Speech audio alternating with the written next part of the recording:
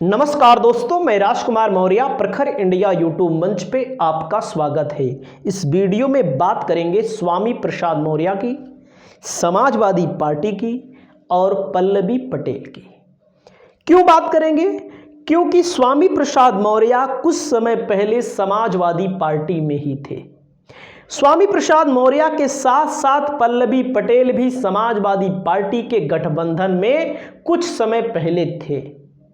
लेकिन ऐसा क्या हो गया कि आज स्वामी प्रसाद मौर्य, जिनको लेकर चर्चा थी कि इंडिया गठबंधन की तरफ से लोकसभा का चुनाव लड़ेंगे कुशीनगर से, आपने मेन स्ट्रीम मीडिया में भी देखा।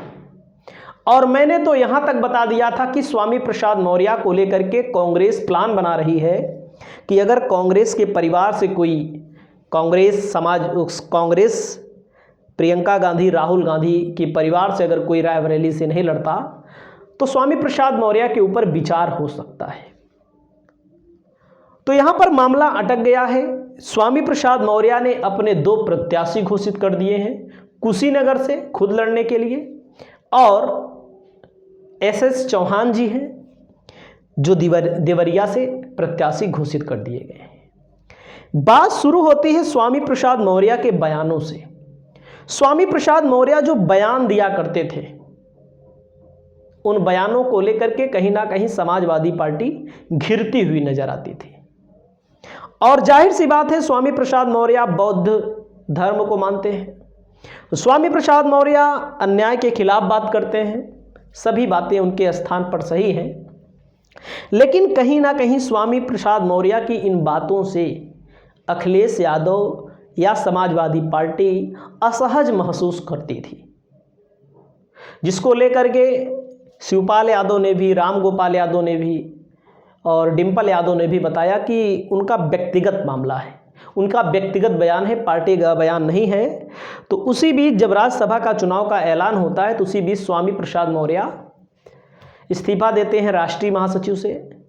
फिर राष्ट्रीय महासचिव के बाद एमएलसी पद से भी इस्तीफा दे देते हैं, अपनी पार्टी भी बना लेते हैं। उसी बीच समाजवादी पार्टी के अंतर्गत, समाजवादी पार्टी में जो भी कुछ समर्ण विधायक थे जिनसे स्वामी प्रसाद मौर्य का 36 का आंकड़ा था, वो लोग भी समाजवादी पार्टी छोड़कर भाजपा की तरफ चले जाते हैं। स्वामी प्रसाद मौर्य बार बार ये कह रहे थे कि हम इंडिया गठबंधन में हैं, लेकिन कहीं ना कहीं आपने देखा भी, अविनाश पांडे खास तौर से आपने देखा होगा, स्वामी प्रसाद मौर्य से मुलाकात करने भी गए थे। इसको लेकर कयास लगाए जाने लगे कि चलिए ठीक है, सब कुछ बढ़िया है, अब इंडिया गठबंधन में तो रहेंगे ही। फिर स्वामी प्रसाद मौर्य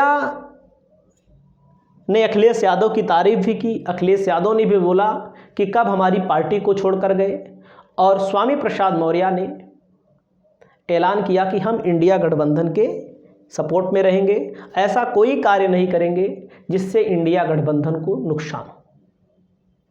अब मैं इनके बारे में आगे बताऊंगा। फिर आप चलिए पल्लवी पटेल पर भी। पल्लवी पटेल ने राज्यसभा में जो बोला पीडीए को लेकर, 100% सत्य उन्होंने बोला था। लेकिन पल्लवी पटेल को, जैसा आप खुद जानते हैं, एक जिताऊ कैंडिडेट है। पल्लवी पटेल के पास वोट आप परसेंटेज समाजवादी पार्टी का रहेगा, और कहीं से भी अगर चुनाव लड़े, विधानसभा का या सांसदी का चुनाव लड़े, तो जीतने की स्थिति में होंगी। मैंने वीडियो में बताया, इनको ऑफर भी है फतेहपुर लोकसभा सीट का। ये फूलपुर पर अड़ी थी, फूलपुर इनको चाहिए। और उसके अलावा फतेहपुर लोकसभा सीट पर साध्वी निरंजन ज्योति हैं, जो भारतीय जनता पार्टी की मजबूत कैंडिडेट हैं। तो आपने देखा कि वहां से इनको टिकट मिलने की संभावना थी, और अखिलेश यादव ने खुद बोला था कि हम इनको एक टिकट दे सकते हैं। तो मैं आपको थोड़ा दिखा देता हूं, रुक जाइएगा, थोड़ा से बयान आप सुन लीजिए।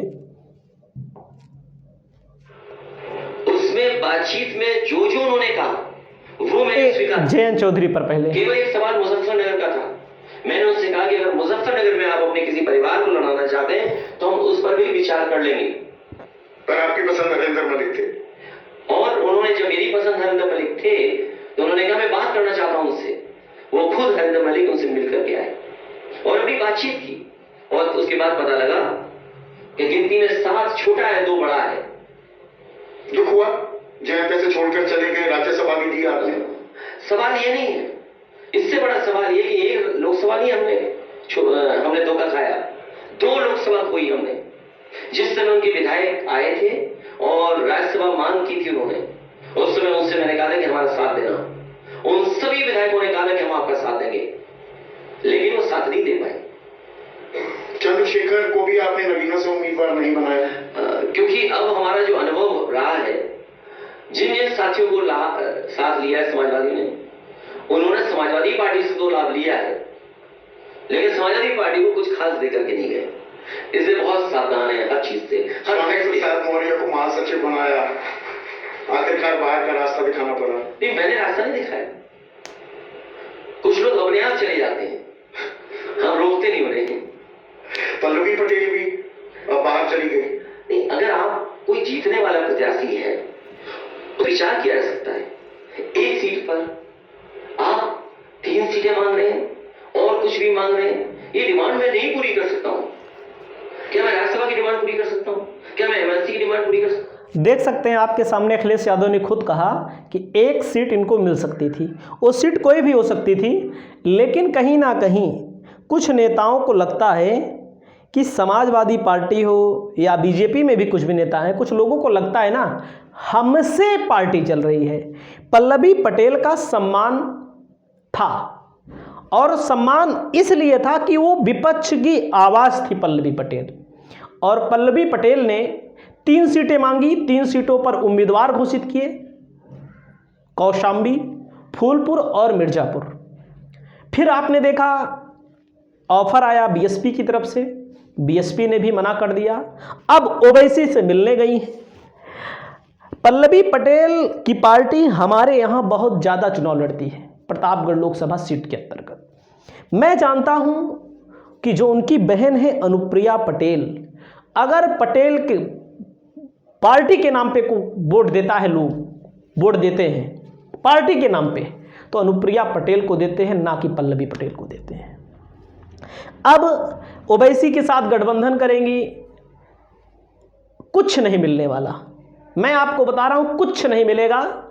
और जहां से भी चुनाव लड़ेंगी, खुद लड़ेंगी, तब भी जमानत, जिसको बोला जाता है जमानत, जब्त में जब्त हो जाएगा। और कभी कभी नेताओं को, ऐसे नेताओं को लगता है कि हमारी वजह से सपा उठी, हमारी वजह से भाजपा उठी, जैसे ओम प्रकाश राजभर भी बोलते हैं, स्वामी प्रसाद मौर्य भी बोलते हैं, पल्लवी पटेल भी बोलती हैं, जयंत चौधरी भी बोलते हैं।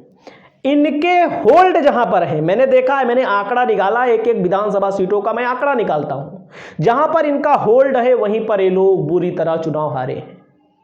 बहुत बड़े नेता बनते हैं राजभरों के।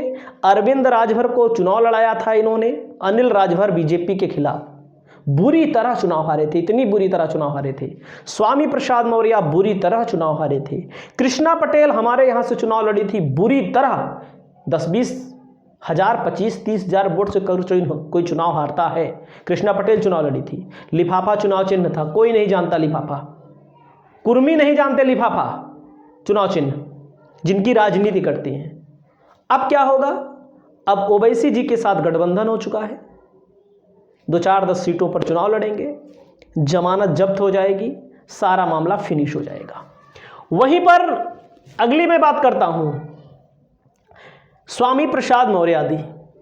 स्वामी प्रसाद मौर्य जी राष्ट्रीय सोशलिस्ट समाज पार्टी इन्होंने बनाई हुई है। बहुत बहुत बधाई के पात्र है स्वामी प्रसाद मौर्य जी, इन्होंने पार्टी तो बनाई है, लेकिन अब जो खबरें आ चुकी हैं कि स्वामी प्रसाद मौर्य ने अपने 2 प्रत्याशी घोषित कर दिए हैं, और स्वामी प्रसाद मौर्य की मुलाकात भी आप देख सकते हैं मुख्तार अंसारी के परिवारजनों से हुई है, देख सकते हैं, शोक वेदना व्यक्त करने गए हुए हैं। तो अब इन्होंने भी ऐलान कर दिया है कि हम और भी प्रत्याशी उतारेंगे। सफलता इन लोगों को नहीं मिलने वाली है, मैं गारंटी और दावे के साथ कह सकता हूं। इनकी बेटी बीजेपी में थी, अभी भी हैं, जो बीजेपी से टिकट मांग रही थी, दोबारा बदायूं से टिकट भी नहीं मिला। और उनकी राजनीति खत्म है, अब राजनीति नहीं है, क्योंकि बीजेपी जिसको किनारे लगा दिया, बीजेपी ने उसको दोबारा बड़े बड़े नेताओं को उठने का मौका नहीं दिया। स्वामी प्रसाद मौर्य ने एमएलसी पद त्याग दिया, जिस एमएलसी पद के लिए लोग पार्टियों में अपनी जिंदगी गंवा देते हैं। पार्टियां बनती हैं, बिगड़ती हैं, नेता बनते हैं, बिगड़ते हैं। स्वामी प्रसाद मौर्य को अब समाजवादी पार्टी भाव नहीं दे रही है। क्यों दे भाव?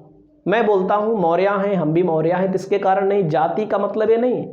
भाव इसलिए नहीं दे रही है क्योंकि आपको फ्री में राष्ट्रीय अध्यक्ष किसी ने, आपको राष्ट्रीय महासचिव बनाया था, आपको एमएलसी बनाया था, तो आप सुन सकते हैं क्या बोल रहे हैं। हत्या की आशंका का आरोप सब साबित हुआ। वो ये जो बोल रहे हैं, ये बोल रहे हैं मुख्तार, कानपुर मीडिया से बातचीत मुख्तार अंसारी के मामले में बोल रहे हैं। तो इन लोगों की राजनीति जो है वो समाप्त हो चुकी है एकदम से। लगभग किसी पार्टी के साथ अगर जाएंगे, चाहे सपा के साथ जाएं, भाजपा के साथ जाएं, बसपा के साथ जाएं, तो राजनीति फिर उभर सकती है। अन्यथा इस तरह तमाम तीसरा मोर्चा बनता है।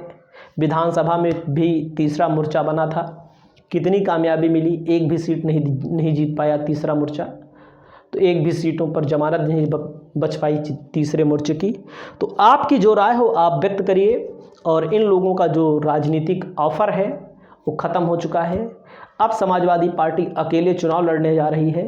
अब इस चीज़ को लेकर कहीं ना कहीं ऐसे नेताओं को सबक लेने की ज़रूरत है। इस वीडियो में इतना ही। नमस्कार।